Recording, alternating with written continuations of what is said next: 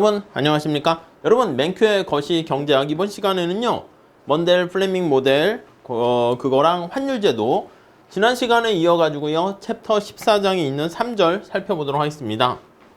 자, 지난 시간에 우리가 변동환율제도 하에서 소국 개방 경제를 봤는데 이번 시간에는 고정환율제도 하에서 소국 개방 경제를 살펴보도록 하겠습니다.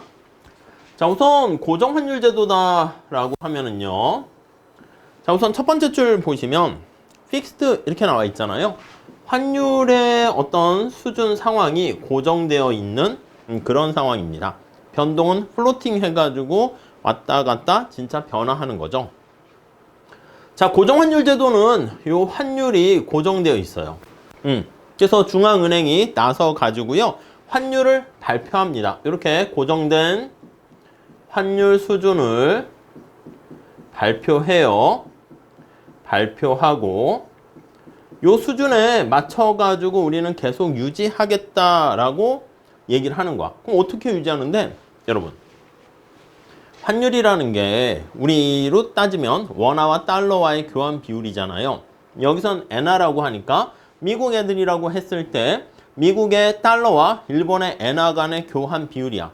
오케이? 그러니까 만약에 환율이 변화하게 되면 달러를 미국에서 늘렸다 줄였다 조정을 하는 것입니다. 그래서 거기 보시면요 두 번째 줄에 환율을 적절하게 유지하기 위해서 국내 통화를 매도하고 매각합니다. 그래서 통화량을 증가시키거나 감소시켜서요 요걸 이용해 가지고 적절한 환율 수준을 유지한다. 이렇게 보시면 되겠습니다. 자, 이러한 고정환율 제도는 역사적으로 어떤 경우에 있었습니까? 라고 하면요. 1944년부터 1971년까지 미국의 경우에요. 거기 보시면 세계의 많은 나라가 브레튼우즈 체제라고 합니다. 그래서 경제사적으로 한번 보셔도 되겠지만 이런 게 있다 정도만 보셔도 되겠습니다. 브레튼우즈 체제가 바로 고정환율 제도다라고 생각하시면 되겠습니다. 이후 미국이 달러를 계속 유지하기 힘들어지자 고정환율 제도 포기 이렇게 하게 되는 것이죠. 자, 그리고요 이런 경우를 한번 볼 수 있고 중국에서도 찾아볼 수가 있습니다. 1995년부터 2005년까지 중국에서 이렇게 고정환율 제도를 활용했다라고 보시면 되겠죠. 오케이? 자, 자국 통화의 가치를 미국 달러에 고정시켰습니다. 자, 그래서 이것 때문에 이제 미국이 중국 너 이렇게 해서 환율을 너무 고정시키고 조정하기 때문에 해서 두 나라 간의 긴장의 원인이 되기도 하였다. 이렇게 나와 있네요. 자, 우선 고정환율 제도는 어떻게 운영되는 거야? 자, 운영 방식 한번 살펴보도록 하겠습니다. 자, 여기서 밑에 한번 볼까요? 첫 번째 줄. 고정환율제 하에서 중앙은행은 이미 결정된 가격으로 외국 통화랑 국내 통화를 사거나 팔 준비가 되어 있다. 이렇게 나와 있습니다. 자, 미국의 연방준비제도가 은행이 1달러를요. 거기 두 번째 줄에 보시면 100엔으로 이렇게 맞췄다라고 할게요. 그럼 일본 사람들한테 얘기하는 거지. 1달러를 하나 얻기 위해서는 엔화를 100개를 가지고 와라. 그럼 교환해 주겠다. 이렇게 되는 겁니다. 오케이? 자, 언제나 이렇게 교환해 줄 준비가 되어 있어요. 자, 다음 달러 까볼게요. 근데 이게 되려면 나중에 갑자기 달러 좀 줘 하면 달러랑 엔화랑 이렇게 바꿔줄 언제나 준비가 되어 있어야 한다는 것입니다. 자, 그래서 지금 통화량을 늘렸다 줄였다 하는 게 앞에서 말씀드린 것처럼 통화정책, 금융정책이라고 할게요.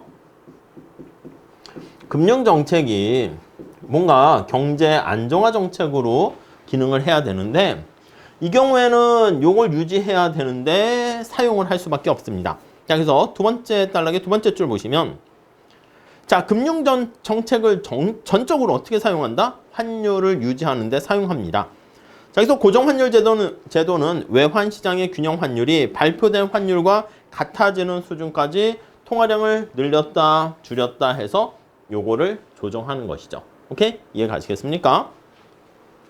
그러니까 이게 사과라고 생각하시면 사과의 가격이 100원에서 200원 되거나 50원으로 떨어지게 되면 그 사과의 물량이 공급이 부족하거나 아니면 남아 돌기 때문에 발생하는 거니까 사과를 많이 비축해 두는 거야, 창고에. 그래서 사과를 풀었다, 다시 회수했다, 이렇게 해서 사과의 가격을 고정된 수준으로 유지한다. 이렇게 보시면 되겠습니다. 자, 그래서 밑에서 두 번째 줄 보시면 환율을 고정시키려고 하기 위해서 고정시키기 위해서 이렇게 통화 공급을 조정한다라는 거 알 수가 있어요. 다음 페이지 가볼게요. 자, 그래서 지금 살펴본 것처럼 자, 첫 번째 줄 달러당 얘가 150엔으로 상승했다라고 할게요. 오케이? 자, 요런 상황이 그림에 나와 있습니다. 자, 여기서 그림 위에 왼쪽 한번 볼게요. 환율이 올라간 거 이렇게 표현하는 거잖아요. 자, 그래프로 한번 보시면 자, 거기 보시면 ISLM 곡선을 나타내고 있는데 수직축에 환율 이렇게 되어 있죠. 자, LM 곡선 스타 붙였고요. IS 곡선 스타 붙였습니다. 먼델 플레밍 모델입니다. 자, 환율이 거기 보시면 처음 시작 자체가 요거보다 위에 있는 거 알 수가 있을 거예요. 이렇게 높은 상황 되어 있는 거 알 수가 있겠죠. 자, 그래서 거기 나와 있는 것처럼 고정 환율 상황이 지금 이렇게 되어 있는 거야. 거기 보시면 거기 고정 환율 딱 정해져 있잖아요. 이렇게 할까요? 그냥 이렇게 해서 합시다. 그냥 자, 그래서 거기 보시면 이게 환율을 이렇게 고정된 상황에서 되어 있습니다. 자, 그랬을 때 지금 어떻게 해야 됩니까? 라고 하면요. 지금의 상황은 이렇게 있는 거야. LM 스타 거기 보시면 1번 이렇게 여기가 이제 1이라고 할게요. 스타팅 포인트야. 그러니까 환율을 이렇게 고정시켜야 되는데 지금 환율이 이렇게 더 높은 상황입니다. 환율이 인상되어 있는 거 우리가 확인할 수 있겠죠. 오케이? 자, 그러면 요거 빨간 색깔이 먼저 있는 걸로 보세요. 그러면 지금 요 수준에 맞춰야 되니까 어떻게 해야 됩니까? 하면 통화량을 조정하는 거잖아. 통화량을 증가시킵니다. 통화량을 증가시켜서 LN 곡선이 우측으로 이동하면 이렇게 가니까 여기로 가게 되는 거야. 2점 할까요? 얘가 2라고 하고 환율은 이렇게 떨어지게 되면서 주어진 목표로 하는 고정 환율에 맞춰지게 되는 거예요. 자, 그래서 다시 한번 볼게요. 398페이지 두 번째 줄 보세요. 지금 이런 상황이야. 원래 100엔에 맞추려고 했는데 이렇게 환율이 올라가서 150엔이 된 상황에서는요. 두 번째 줄 이윤을 취득하기 위해서 거래 차익을 노리는 재정 거래가 발생할 수 있습니다. 아비트리지라고 하는 재정 거래가 이렇게 발생할 수가 있습니다. 어떻게 되나 한번 볼게요. 자, 외환시장에서 아니 지금 현재 100엔을 목표로 하는 건데 150엔이잖아. 그럼 2달러를 주게 되면 얼마를 엔화를 얻을 수 있습니까? 300엔을 얻을 수 있겠죠. 자, 재정거래 과정을 살짝 설명하는데 한번 볼게요. 네. 자, 2달러 가지고 300엔을 구입합니다. 그래서 내가 2달러를 가지고 300엔을 구입합니다. 교환을 하게 되는 거죠. 이해되시죠? 자, 300엔을 구입한 다음에 그러면 요걸 가지고요. 고정환율 제도 하에 있는 상황이기 때문에 3달러를 받고 N을 연방준비은행에 판매하게 되면 그러니까 연방준비은행에서는 이렇게 공표를 한 거잖아. 자, 우리는 무조건 1달러를 100엔과 교환하겠습니다. 이렇게. 근데 시장에서 150엔에 거래가 되고 있으면 2달러 가지고 요거 교환해버리면 300엔을 얻게 되고요. 이거를 미국 연방준비은행에 갖다 주게 되면 얼마로 얻겠어? 3달러로 얻는 거지. 3달러랑 다시 교환해서 얻을 수가 있습니다. 그러면 원래 시작할 때는요. 2달러를 가지고 있었는데 이렇게 싼 데서 사가지고 비싸게 팔게 되면은 이렇게 1달러만큼의 차익 거래를 얻게 되는 것을 알 수가 있습니다.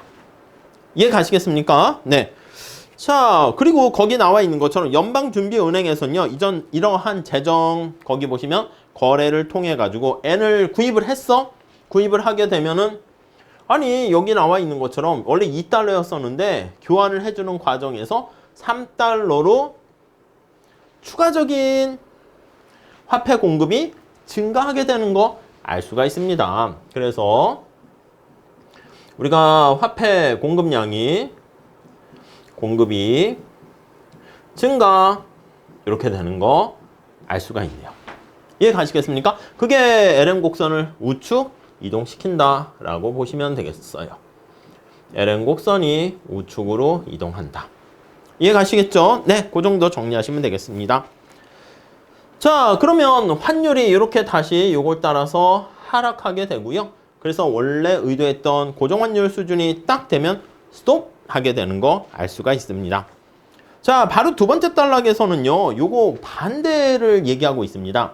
자, 위에 그림에서요, 지금 환율 수준이 균형을 유지하고 있는데, 여기다 그냥 해도 되겠죠? 그랬을 때는, 고정 환율보다 환율 수준이 낮아. 그랬을 때는 통화량을 줄이는 상황이 되면서 고정 환율 수준으로 가게 된다라고 보시면 되겠습니다. 자, 그건 반대가 되는 거니까 둘 다 하셔도 되고 아니면 하나만 좀 잘 연습해서 이해가 될 때까지 조금 생각하시고 반복하셨으면 좋겠습니다. 자, 그 다음에 마지막 단락 볼게요. 자, 이 환율 제도는 명목 환율을 고정시킨다는 점에서 유의해야 되고요. 실질 환율의 고정 여부는 고려되는 기간에 따라서 다르다. 우리가 요거는 명목 환율이라 하고 요거는 실질 환율 이렇게 표현을 한단 말이죠. 자, 그래서 장기처럼 가격이 신축적인 경우에는 명목 환율이 고정돼 있더라도 실질 환율은 물가에 의해서 변화할 수가 있습니다. 그건 우리가 뒤에 다시 한번 관계를 가지고 얘기할 겁니다. 자, 399페이지 가보시면 고정된 명목 환율은 단지 통화 공급과 물가 수준에만 영향을 미칠 수 있을 뿐이다. 그러나 먼델 플레밍 모델이 분석하는 단계에서는 물가는 고정돼 있습니다. 그렇기 때문에 고정된 명목 환율은 그러니까 여기에서는 고정된 명목 환율이 고정된 실질 환율과 똑같다. 왜냐면 물가라는 게 전부 다 고정돼 있기 때문에 그렇다. 여기까지 보시면 좋겠습니다. 자, 그래서 우선 고정 환율 제도 하에서 운영 방식에 대해서 살펴봤고요. 다음 시간에는요, 그 밑에 보시면 재정 정책의 어떤 효과에 대해서 살펴보도록 하겠습니다. 다음 시간에 같이 또 공부해 보도록 하겠습니다. 감사합니다.